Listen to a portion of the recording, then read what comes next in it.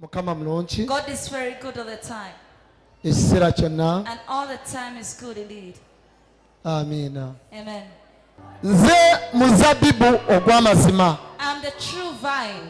Ne kitange ye mulimi. And my father is the farmer. Buli ttabi eriri mu nze eritabala bibala. Every branch in me that does not bear fruit, aliggyawo. he cuts it off. Na buli eribala ebibala. And whatever bears fruit, alirongoosa. he wins it. Lyeyongerera ddala okubala. And then it continues to bear Mwe kaakano Therefore, mumaze okuba abalongoofu you already been cleansed olw'ekigambo kye mbagambye. because of the word that I just said to you.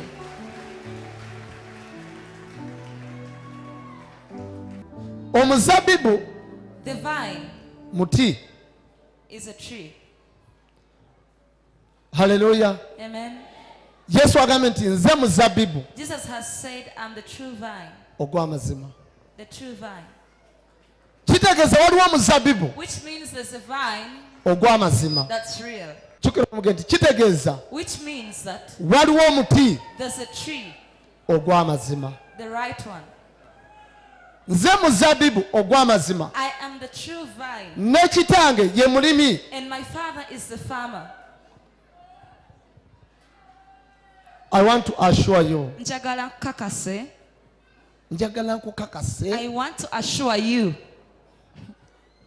Omuti gw'ogenda okutwala The tree that you are going to take gwa mazima. is the true one.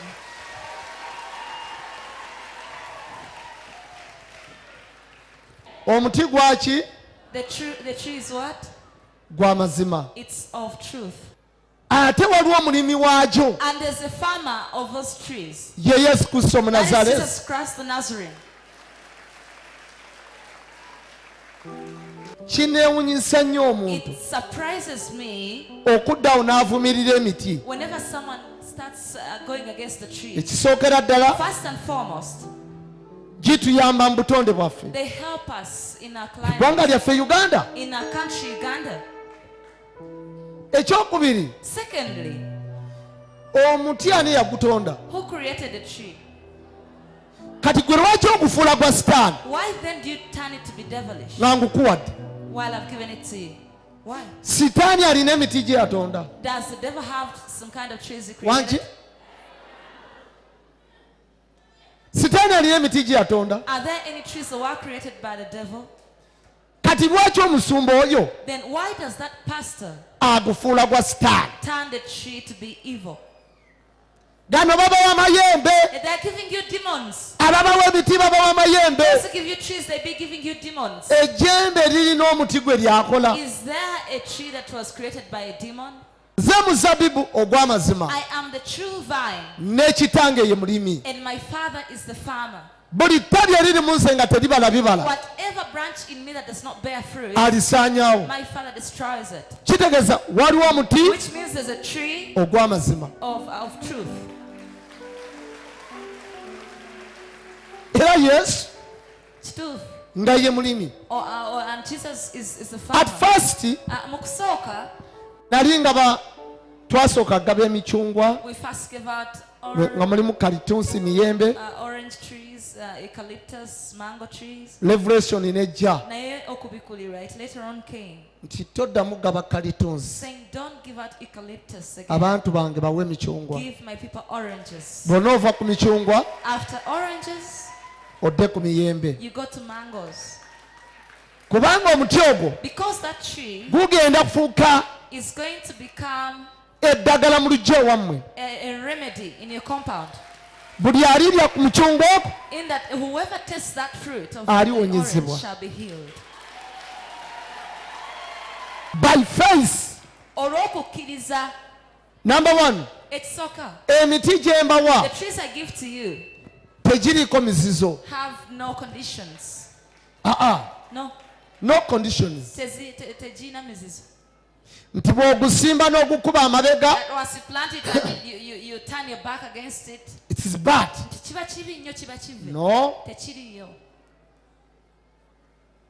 Era bwe gukula ne gukola akabira kaagwo, Once it grows and makes its shade, tekigaana kunaabirawo. it does not stop you from bathing from there. teguliko okusalira nkoko nti buli mwezi. You don't have to cut a cock every month for it. No. Tegulina nsawo It does not have a bag nti olina okuteeka wali ensawo yaagwo that you have to put its bag somewhere. oteekengamu ssente. Such you keep depositing inside for it. No. Tegulina kakwakulizo konna. It does not have any condition. Wabula ekyobulabe kye gulina The only bad thing it has ye neighbour is your neighbor. okera ku makya n'agumanyiira Get up one morning and tap nti on it akukuula.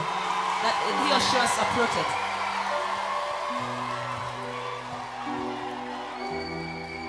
Agezanga He should ever dare. agezanga n'agukuula. That person should dare uproot it.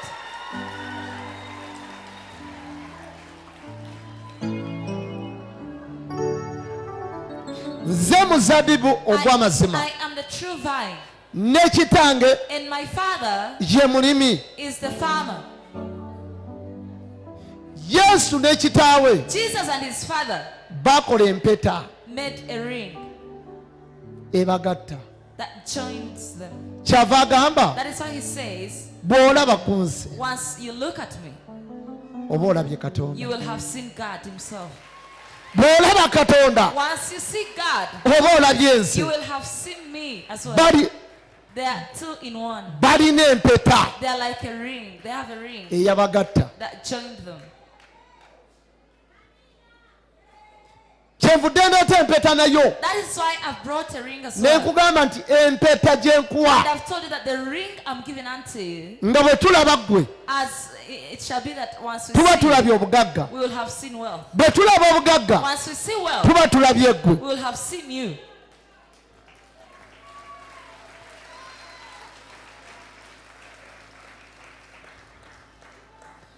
Buli konteyina gye tunaalabanga Whatever container we see, tujja kumanya mulimu ebyobugagga byo. it will surely prove that your wealth is in there. Ekyagatta Katonda ne Yesu What joined God with Jesus ne babeera omuntu omu. and they became one? Ekyo kye njagala olwaleero That is the same thing I want tonight. kikugatte ne bbaawo To join you with your husband, mubeere omuntu omu. such you be one.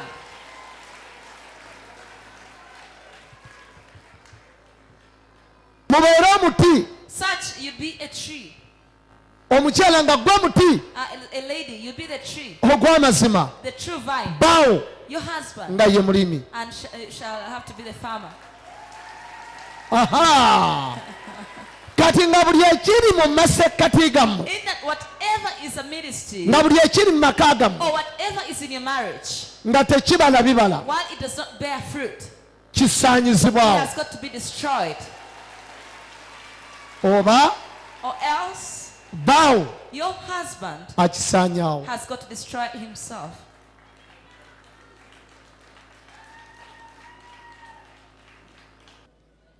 Katonda God agenda kugatta ne ofiisi yo. is going to join with your office.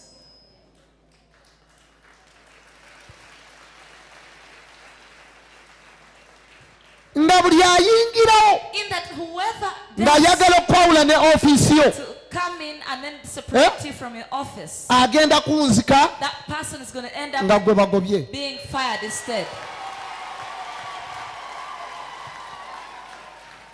Bayo Your house, Katonda agigasse God has joined it n'emirembe, with peace, omuti ogw'omuzabibu the true vine n'omulimi. and the farmer. Temulina kubaamu ttabi You do not eritabala bibala. Ennyumba yo terina kubaamu. Your house does not have, Ennyumba yo your house terina kubaamu ddogo. does not have to have Kankyogere wisdom. bulungi. Let me speak it clearly. Kankyogere Let bulungi. me say it well. Ennyumba yo Your house temulina kubaamu kijja kyo. does not have to have your co-wife in Eh? it. So Ennyumba yo your house terina kubaamu nazaalawo. does not have to have your mother-in-law in it. Ennyumba yo Your house, gwe n'omwami wo you and your mu husband masekkati gammwe amidst you. tewalina kubaawo kiramu kyo. Nobody say an in-law that's supposed to be there. Yesu agamba atya? What does Jesus say? Agamba nti nze ne kitange That I and my father, tuli omuntu omu. we are one. olutalo luno Yesu abalaga nti ye n'ekitaawe The battle is here, and Jesus is proving you that him and Bali his omuntu Father are one. ye mpeta gye ngaba. That is the ring that I give out. Tolowooza nti sitambulira mu Bayibuli. Don't think I'm not moving Gwe according ne to bba the mulina okuba Bible. muto. You and your husband has got to be Gwe ne bizinensi yo mulina okuba You muto. and your business have got to Ne be one. ofiisi yo mulina You okubeera and your omuntu. office have got to be one. Ne promotion You mulina okubeera and your omuntu. promotion have got to be one. Mu beevuga olina okubeera omuntu. Among those who drive a Tolina kutambuza you bigere. have to be among them. You do not have to foot. Yokaana essula 10 olunyiriri lwa 31. John 10:31. Abayudaaya ne baddira nate amayinja okumukuba. The Jews got Yesu n'addamu nti emirimu mingi emirundi egyava eri kitange and he said the nagibalaga mmwe. that came from Mulimo my guli Father, wammwe egyo I showed them. ogubankubye amayinja. Which one of those? Abayudaaya ne bamuddamu nti And they answered him olw'omulimu omulungi that because of the good job tetukukuba mayinja that naye olw'okuvoola era kubanga gwe oli muntu ne weefuula Katonda. because you turn yourself to be God. Yesu n'abaddamu nti Jesus answered them, tekyawandiikibwa wasn't it written mu mateeka gammwe nti among your laws nze nagamba nti muli ba Katonda? that I said you are no gods? Obanga yabayita abo ba Katonda abajjirwa ekigambo kya Katonda, Oh, I called you those, so n'ebyawandikibwa tebiyinza kuddiba. yet even the scriptures can never get stuck. Mwe mugambira ki? Ye kitaawe gwe yatukuza n'amutuma mu nsi nti ovodde kubanga ŋŋambye nti ndi mwana wa Katonda. Bwe sikola mirimu gya kitange temunzikiriza, naye bwe nkikola newankubadde nga temunzikiriza nze, naye mukkirize emirimu mumanye mutegere nga kitange ali mu nze nange mu kitange, kitange ali mu nze That my nange Father mu is in kitange. me and I in him. Gamba bba wange ali mu nze nange mu Tata bba can wange, say, my bba wange husband is ali in mu me nze and I nange in mu my bba wange. husband. Omulimu gwange My guli mu job nze in me nange mu and mulimu I in gwange. my job. Bizinensi yange My eri mu nze business is in me nange mu and bizinensi. I in my Promotion eri mu nze Positive nange is in me mu promotion. and I in my Omwana wange ali mu nze child is nange in me mu and ye. I in my Somebody say hallelujah. Hallelujah.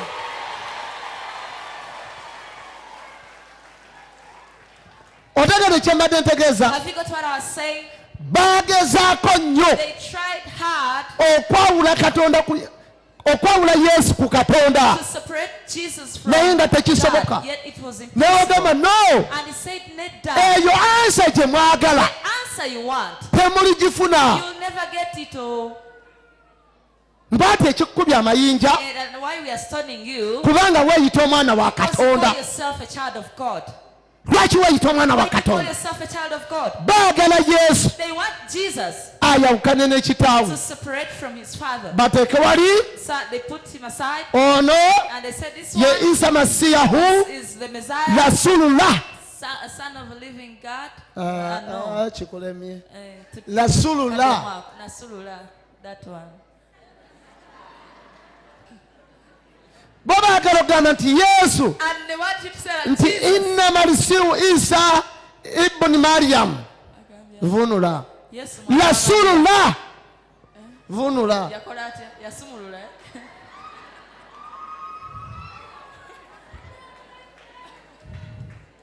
Mbadde mbalese Had I left you? nti baagala okugamba That they want to nti say Yesu Kristo Jesus Christ mwana wa Mariyamu is a son of Mary era mubaka wa Katonda. and is a messenger of Ekyo God. kimala, That is enough. tewali kirala kyeyongerwako. Nothing else more than that. N'abagamba nedda mulimba And he said, no way, you are lying.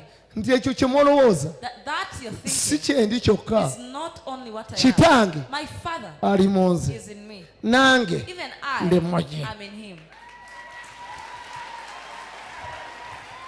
bw'otema Katonda If it is not God, ne Yesu oba omutemi. then if you cut God, you cut Jesus as well. Now look at this speaker. Tunuulira omuzindaalo guno. Are we together? Tuli ffena, This is a speaker, guno muzindaalo. but outside Naye kungulu waagwo, this is a box. just Inside naye munda muli there is a speaker. mulimu omuzindaalo. Bw'okwata ejjambiya Now once you get a panga, n'otema you start cutting. oba totemye byonna Won't you have cut both of them? sipiika eri muli Omuzindalo gwennyini guli ne mu- bokisi ne kava yago nayo n'otemerako. kitange ali munze My father in me, nange ndi even muyi I in him.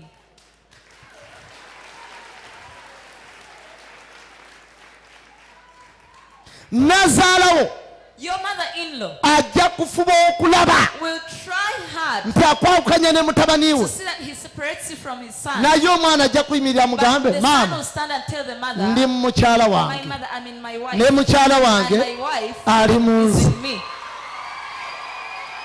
kuubira ddala engalo A ez'amaanyi very big round of applause to that.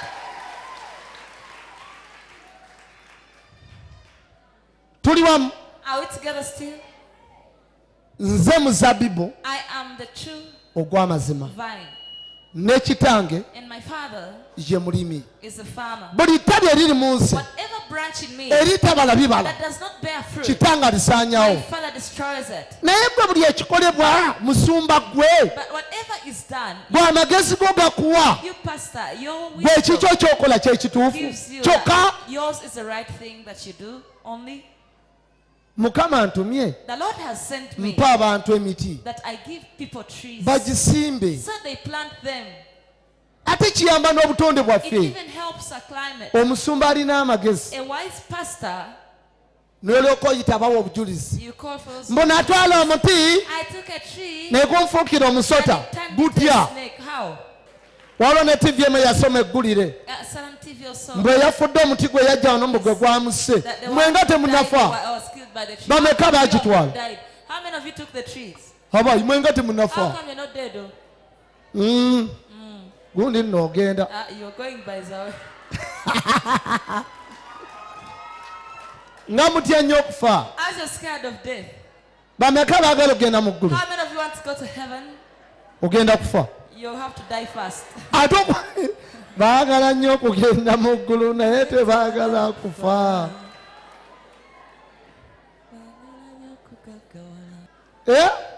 Say what? omuti gwe nkuwadde The tree that I've given you guyamba obutonde bwaffe helps our climate. ate gwa mukisa And it's of a blessing. naye omusumba alina amagezi But a wise pastor n'olyoka ddali egyo emiti is saying, those trees, babawa amayembe they're giving you demons. babawa amayembe They're giving you demons. babawa amayembe Demons. simanyi mulaba abantu baffe I don't know whether you see where our people are heading. omanyi tulina omutawana ali mu uganda But we have trouble in our country. omuntu bw'otandika ekintu nga mukama kikubikkulidde Whenever someone starts something, that God has given atannakitandika to, someone who hasn't got that atandika relationship okivumirira starts going against it. mukama mulungi God is very good. natandika ekintu ky'okubizzaayo I started the theme of sending them back. kati olw'okuba bo si be baakitandika And because it wasn't them that began it, ne babeera against to me tebakyagala. ne batandika okumpalampa lwaki abizaayo Started attacking me. lwaki abizaayo Why does he send them back? twakoowa abalogo We are tired of witches.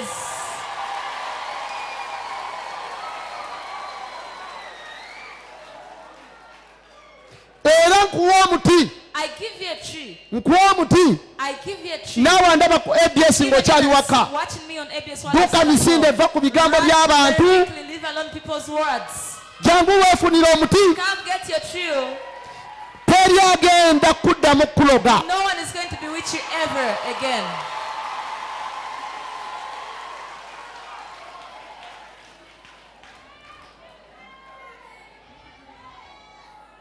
haleluya Amen.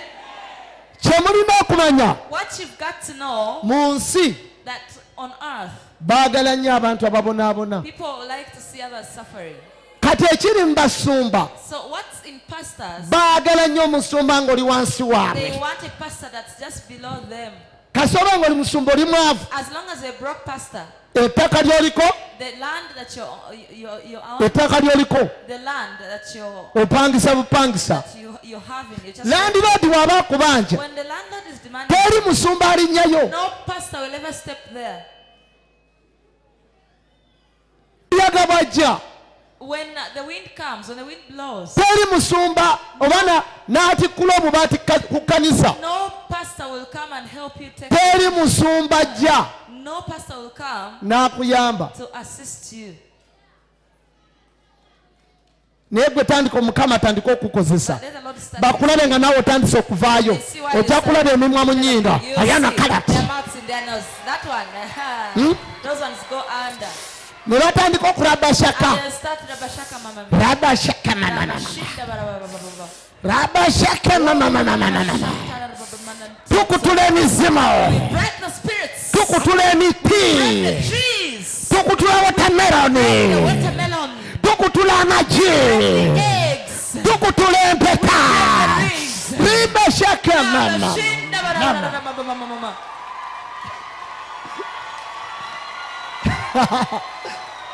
Mukama mulungi. God is wonderful. Ne balyoka balaba kashaka. And then they start Rabashakaing. Tukutula empeta. Break the ring. Tukutula emiti. Break the trees. Ribashaka mama. Yandaraba ribashaka mama. People, be serious. Mwebale kujja. Thank you for coming. Kitegeeza mwe mulina okukkiriza. That means you do have faith in it.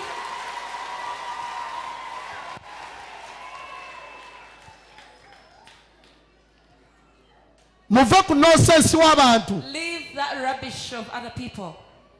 Mukama mulungi. God is great. Oyinza okusanga omuntu You can find someone n'akusunsulira pasita and yiga. then someone tells you about himself. N'ogamba nti ono baayonka ku bbeere eri. And then you can think they shared the same book. Ya pasita yiga. Someone can explain to you, Pastor. N'ogamba nti ono basuula bonna mu buliri. And you say this one, they stay together in the same bed. Era bano kyova ebintu byetaaga kugumya mutwe. That is why you see some things you just have to be big-headed. Nze singa saali mutwe kiwa If kitaata I was not big-headed, nandibadde I sikyayimirira. would not have still stood. Naye era Katonda okuyita But for God to call you, amala kukuba mu He tooki has first scrutinized you. n'amanya you are And then strong He man. realizes into your Ky'oli musajja wa mugumu. that you are a strong man. Tofa ku bigambo You by'abantu. don't care what people say. Kati mumanyi olutalo luli ku intaneti Do you know the battle that's going on the ku internet? YouTube On YouTube, ne mu bantu. even amongst people, Mumanyi olutalo oluli you eyo. know the battle which is there. Mukama mulungi. God is great. Naye oyo omusajja ebyo bituufu naye. Now, is it true? Kabala eyo empeta. The ring. Eyo empeta That ring. yagijje wansi He underground. got it from under. Yagijje mu nnyanja. He got it from under the sea. Kabala naye alabika It seems apanga bipange. that man just fakes things. Kabala out. n'aba ng'apanga All bipange. he was just faking. Bannange You people. n'omwana omuto w'emyaka ebiri A child of 2 years n'aba ng'apanga bipange even fakes that. n'alagira kyaki yonna And then he ne beebaka wansi empeta n'eboogeza. and then the ring makes them talk or gives them communication. Omwana omuto Even a child. Mukama mulungi. God is very good. N'omwana omuto Even a child, a baby. kati bwe lutalo bali eyo That is what is going naye on. n'aba nga ddala bijja mu wansi kakati no Now, onampadde kasukali maama this one has leeta nkakwate mu ngalo Kulinga itachi. beba situlyako ne sabbunewo bisitule byonna. Carry them. Aha. Yes. Situla Yeah. be bantu bange. These are my people. Oh.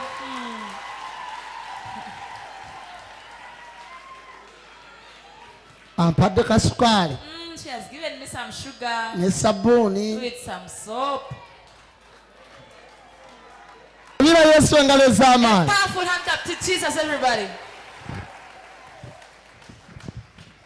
Kakati olutalo luli awo. So the battle is there. Ngenda dukulaka ne mu Bayibuli. I'm even going to show it to you in the Bible. Naye empeta neba nga ya bulimba. If at all the ring was Omulwadde alwadde kansa. even someone that has cancer, Omuntu n'emukyusa n'amaaso. can it even change someone's eyes? Kati waliwo yali agezaako This- okwexplaininga ekyamagi. Who was was trying to explain the issue nti amagi ago of the eggs. simanyi waliwo akaswaga kagasala That those eggs, as munda ne bateekamu a ebintu knife which cuts them and then they put things inside. munda ne bateekamu ne yeerabira nti nze ekyamagero ky'amagi Forgetting mukama kye yankozesa of the eggs amagi gonna gaamala kwatika all the eggs had to nga tewali kyolaba in that, without seeing katonda n'akyusa enjuba ne zigenda yirizi ne zigenda nga zigejja zokka ng'ensi n'ensi ekiraba widening while the whole world was watching. bameka bakkiriza nti katonda alina amaanyi How many of you believe that God is powerful?